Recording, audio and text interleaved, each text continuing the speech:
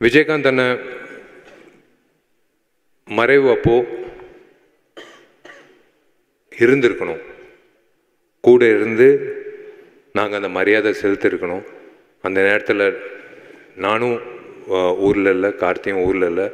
முதல்ல அந்த குடும்பத்துக்கு நான் மன்னிப்பு கேட்டுக்கிறேன். நான் சண்முக பாண்டியன்கிட்ட நான் ஒரே ஒரு விஷயம் நான் சொல்லிக்க விருப்பப்படுறேன். கேப்டனை நான் உங்களுக்கே தெரியும், நிறைய நடிகர்களுக்கு மேலே வர்றதுக்கு ஒரு தூணாக இருந்திருக்காரு. எது பற்றியும் யோசிக்கலை, காசு வாங்கலை, காசு கொடுத்தாலும் வாங்கியிருக்க மாட்டார்.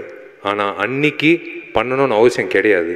ஆனால் அந்த நடிகர்களுக்கு ஒரு பிளாட்ஃபார்மாக இருந்து பரவாயில்ல அந்த பசங்க வளரட்டும் அப்படின்னு சொல்லி அவர் ஒரு வாய்ப்பு கொடுத்தாரு. நான்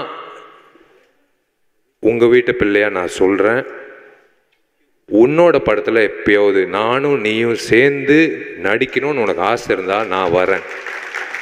நான் உனக்காக ஒரு படத்தில் நான் உனக்காக அதே மாதிரி கேப்டன் அண்ணன் எப்படி ஒரு பிளாட்ஃபார்மாக அமைச்சு கொடுத்தாரோ, என்னை நீ பயன்படுத்திக்கிறதுக்கு உனக்கு ஆசையாக இருந்தால் நான் இருக்கேன் உனக்காக. கண்டிப்பாக இது வெறும் வார்த்தையால் நான் சொல்லலை. நீ எப்போ நீ சொல்கிறியோ அது ஒரு நல்ல திரைப்படமாக நான் உன்னோட கூட இருந்து ஒரு தூணாக இருந்து நீ இதே மாதிரி அப்பா மாதிரி ஒரு பெரிய ஸ்தானத்துக்கு வரணுன்றது என்னோட ஆசை. இந்த சாமி விஜயகாந்த் அண்ணன் வாழ்ந்த பூமியில் வாழ்கிற ஒரு மனிதனா, இந்த கலைத்துறையில் ஒரு மேதாவி, ஒரு நடிகர், கேப்டன் விஜயகாந்த் நடித்த அதே கலைத்துறையில் ஒரு நடிகனா, கேப்டன் விஜயகாந்த் அண்ணனோட ரசிகனா, கேப்டன் அண்ணன் ஏங்கிட்டு இருந்த தலைவராக இந்த நடிகர் சங்கத்தில் நானும் ஒரு உறுப்பினராக, ஒரு பொதுச் செயலாளராக இன்னைக்கு, அதுபோக அவரோட கட்சி, இது நான் வெளிப்படையாக சொல்கிறதுல எனக்கு எந்த தயக்கம் இல்லை. எனக்கு கொடுத்த தைரியம் அவர் தான். தேமுதிக கட்சிக்கு வாக்களித்த வாக்காளராக எல்லா வகையிலையும் நான் உங்களுக்கு இங்கிட்டு வந்ததுக்கு நான் நன்றி தெரிவிச்சுக்கிறேன். அதான் நிறைய பேர் சொன்னது மாதிரி இறந்ததுக்கப்புறம்தான் அவர் சாமின்னுவாங்க. வாழும்போதே சில மனிதர்கள் தான் அந்த பேர் வாங்கக்கூடிய ஒரு விஷயம். வாழ்ந்துட்டு இருக்கும்போதே அவர் சாமி அப்படின்னு பார்த்து வியந்து பார்த்த அத்தனை பேர் வெறும் சினிமா துறை மட்டும் இல்லை. இந்த அவர் அந்த ஏவியில் நீங்கள் பார்க்கும்போது யார் வந்தாலும் பட்னியாக போகக்கூடாது. அவர் அலுவலகத்துக்கு யாராக இருந்தாலும், அது சினிமா துறை சார்ந்தவங்க. நான் கேள்விப்பட்டது என்னென்னா, அசிஸ்டன்ட் டைரக்டர்ஸ் அப்போது ரொம்ப கஷ்டப்படுற அசிஸ்டன்ட் டைரக்டர்ஸ்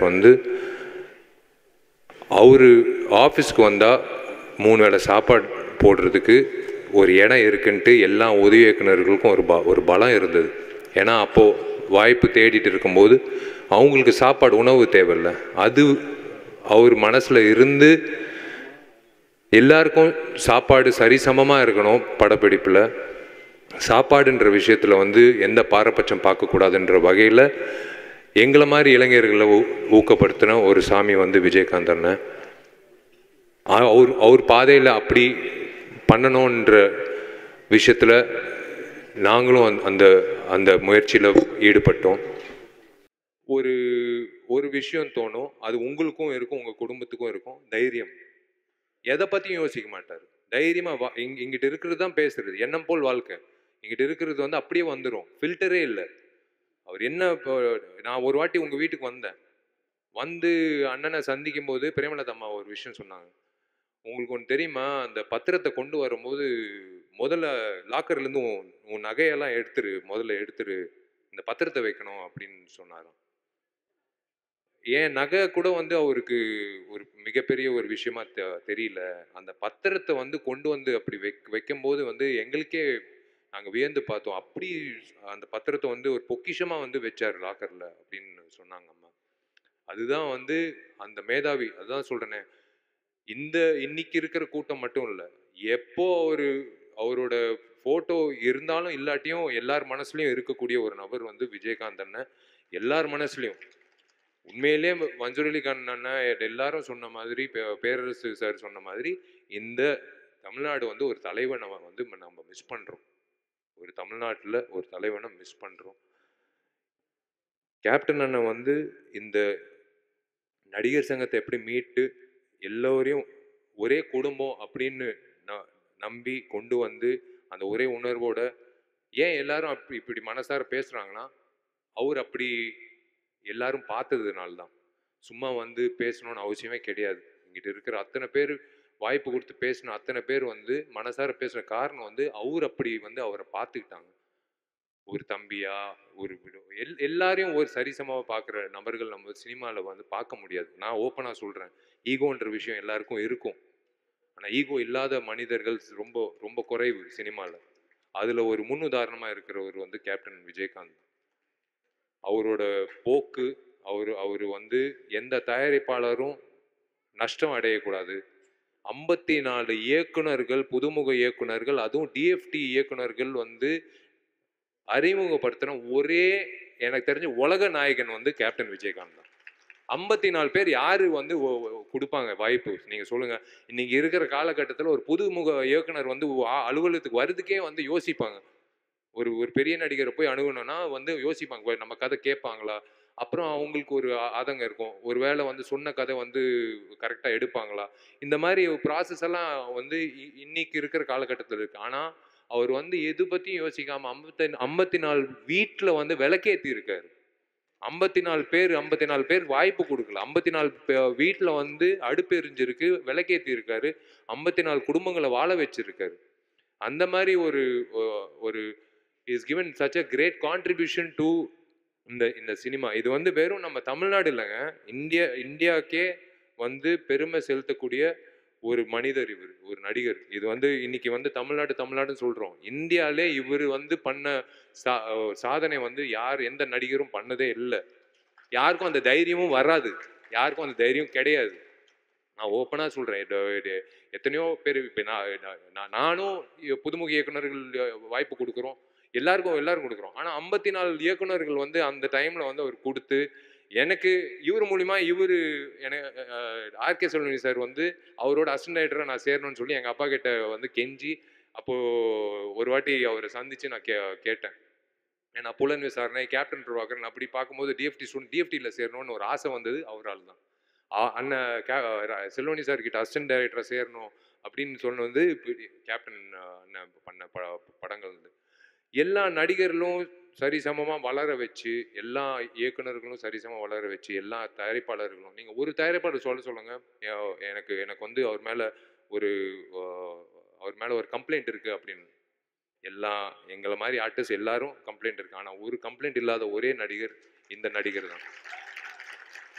எந்த கம்ப்ளைண்ட்டும் கிடையாது, எந்த சங்கத்திலையும் எந்த கம்ப்ளைண்ட்டும் கிடையாது. இந்த மனிதர் வந்து உண்மையிலேயே வந்து இதோ சிரிக்கிறாரு, உண்மையிலேயே எங்கிட்டயோ சிரிக்கிறார். நம்மளை பார்த்து உங்களை பார்த்து உங்களை வாழ்த்துறாரு, உங்களை வாழ்நாள் பூரா வாழ்த்துறாரு. நான் பிரேமலதா அம்மாவுக்கு நான் கடமைப்பட்டிருக்கேன், சுதீஷ் சாருக்கு நான் கடமைப்பட்டிருக்கேன். நான் சொன்ன விஷயத்த சத்தியமா சொல்றேன். வெறும் இந்த மைக்கு, இந்த கூட்டம், பேசணும், உணர்ச்சி அப்படியெல்லாம் கிடையாது. அவருக்கு நான் பண்ண வேண்டிய விஷயம் வந்து எனக்கு மனசார நான் சொல்ல வேண்டிய விஷயம் நான் உனக்கு சொல்றேன். நீ எப்போ சொல்றியோ ஒரு நல்ல ஒரு அமைப்பா, ஒரு நல்ல ஒரு திரைப்படமா இந்த திரை உலகத்துக்கு காட்டுவோம். அதுதான் வந்து இந்த மனிதருக்கு நான் வந்து கொடுக்கக்கூடிய எனக்கு நான் வந்து என்னால் முடிஞ்ச அளவுக்கு நான் அர்ப்பணிக்கிற ஒரு விஷயம். ரொம்ப ரொம்ப சந்தோஷமா இருக்குன்னு ஏன் சொல்றேன்னா, இவர் சிரிக்கிறாரு. இந்த நேரத்தில் வந்து இவரை பற்றி இத்தனை பேர் வந்து பேசி இத்தனை தயாரிப்பாளர் சங்கம், இயக்குநர்கள் சங்கம், எல்லாம் விவசாயிகள் சங்கம், இவங்கெல்லாம் வரணும்னு அவசியமே கிடையாது. நான் கூப்பிட்ட உடனே வந்ததுக்கு காரணம் வந்து இது சும்மா ஒரு கட்டளைக்காக நாங்கள் வர சொல்லணும் அது அப்படின்லாம் இல்லை. உங்கள் அப்பாக்காக தான் வந்தாங்க. நாங்கள் கூப்பிட்டதுனால இல்லை, உங்கள் அப்பாவோட ஃபோட்டோ வச்சு நாங்கள் கீழே போட்டோம் நடிகர் சங்கம் உங்களை அழைக்கிறது. ஆனால் கீழே நடிகர் சங்கம் பார்க்கல. ஏன்னா அவர் தான் உருவாக்குனார் நடிகர் சங்கம். மேலே இருக்கிற அந்த அந்த ஃபோட்டோ பார்த்து தான் எல்லாரும் வந்திருக்காங்க. ஸோ அந்த வகையில் வந்து கண்டிப்பாக இந்த சாமி வந்து மேற்கொண்டு இந்த கலைத்துறைக்கும் சரி மக்களுக்கும் சரி உங்கள் சார்பாக வந்து கண்டிப்பாக வந்து அந்த நற்பணிகள் அந்த நல் விஷயம் நல் திட்டங்கள் நல்ல விஷயங்கள் மேற்கொண்டு நடக்கும்ன்றது நான் நம்புகிறேன். நீங்கள் எல்லாரும் நல்லா இருக்கணும். நீங்கள் 2 பேரும் நல்லா இருக்கணும். அம்மா ஆரோக்கியத்தை பார்த்துக்கோங்க. சுதீஷ் சார் பக்கபலமாக இருக்கார். I am always there for you. God bless you.